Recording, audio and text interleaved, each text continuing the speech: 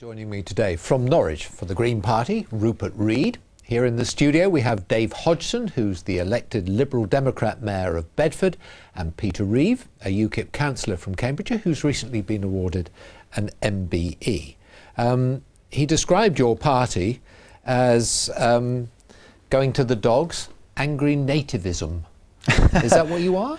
Well, do you know, before I answer that question, and I will, I've got so much time for Douglas. I actually think he's been one of the best MPs in the House of Commons all the way through, no matter what party he's been involved in, when he was with UKIP, the Conservatives, or sat as an independent.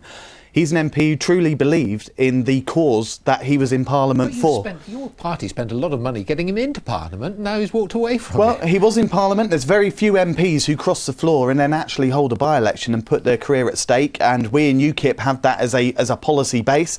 Douglas honoured that, and not many MPs would have. So there's a man whose maiden speech 12 years ago was all about coming out of the EU, and I think he genuinely believes that with UKIP's help, he's achieved that.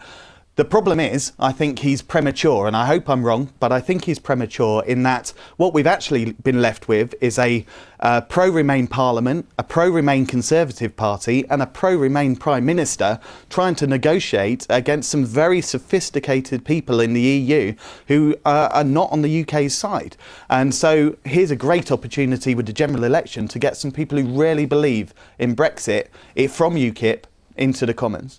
Rupert Read would bring you in there. He's hoping for a liberal Brexit. Are you hoping for the same? Do you think we'll get that? It made me smile when he said that, Stuart, because I think with Theresa May we would be heading for anything but that. I just want to go back to UKIP for a second, though. There's one thing which is really important to get clear about here. When Brexit is all done and dusted, people will turn back to the great issue of our time, dangerous climate change. And we must never forget that UKIP are the party of climate change denial, just like Donald Trump. And climate change denial is vile and despicable. It amounts to kicking our children in the teeth. And that's the kind of thing I hope people will be thinking about at this election, that what we need to do is be thinking truly long term. When Brexit is done and dusted, we'll have to go back to the issues that will be determinative. What kind of planet are we bequeathing to our children and our grandchildren? That's the kind of long-term thinking that we really need in politics now more than ever. OK. Vile, I think, was the word, Peter Reeve. Well, come back to you quickly. I love Rupert to bits, but he would shut down every business, he would take every car off the road, he would shut down transport, and he would stop people living their lives for his cause. I'm going to have to let him answer that one as well. Would you shut down business, take every car off the road?